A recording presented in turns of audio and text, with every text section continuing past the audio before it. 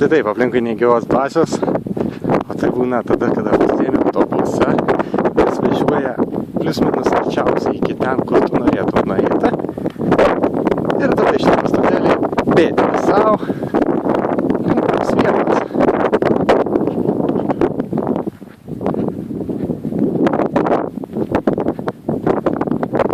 Čia yra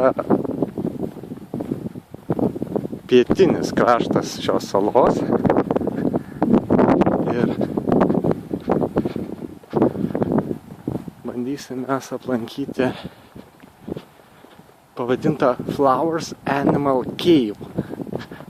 Aš nežinau, kiek ten bus viskas įdomu, bet pamatysim. Rodo žemėlapis, kad liko apie 2 kilos.